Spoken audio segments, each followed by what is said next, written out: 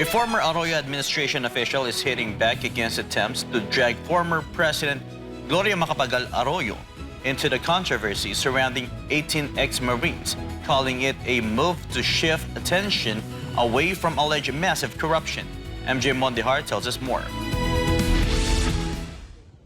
A former presidential advisor in political affairs recently dragged former Philippine President Gloria Macapagal Arroyo into the issue. This is related to the exposure of 18 former soldiers who were former security aides of the controversial former Congressman Zaldi Co. It was claimed that the people behind the exposure of those former soldiers were allegedly allies of former President GMA. Una sa lahat, alam mo si Secretary Ronald Llamas, kaibigan ko yan. And alam ko na alam niya na napakasama ng korupsyon na nangyari. At alam ko rin na ang ginagawa niya ay ilihis yung sitwasyon o yung issue sa parang usaping politika. Pero hindi yun ang problema eh. Ang problema natin ay yung korupsyon na nangyayari sa ating bansa.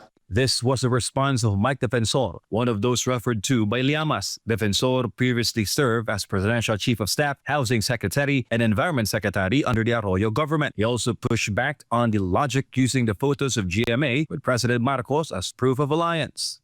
Maraming litrato rin naman si Speaker GMA with President Bongbong Marcos. Ang ibig sabihin ba nun, kakampi niya na o tinotolerate niya yung nangyayaring sitwasyon sa ngayon o yung korupsyon dito sa ating bansa? Hindi naman din ibig sabihin niya yun. Siya ay kinatawan ng kanyang distrito. Defensor also described the argument against GMA as shallow, noting that Arroyo and Vice President Sara Duterte were recently seen together in Davao City. And does this mean that the Vice President is also linked to the ex-18 Marines?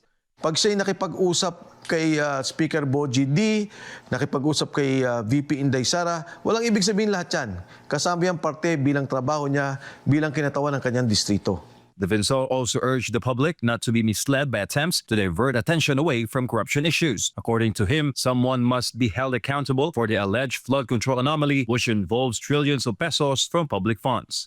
Ang issue dito, may korupsyon tayong nakita. Nakita na yung mga problema sa ghost projects. Hanggang ngayon, sinasabi na si Saldico ang mastermind at maraming dinideliver na pera according to Sergeant Gotesa at according to the 18 Marines. Yan ang issue na kailangan nating sagutin. Reporting for Newsland World, this has been MJ Mondihar, SMNI News.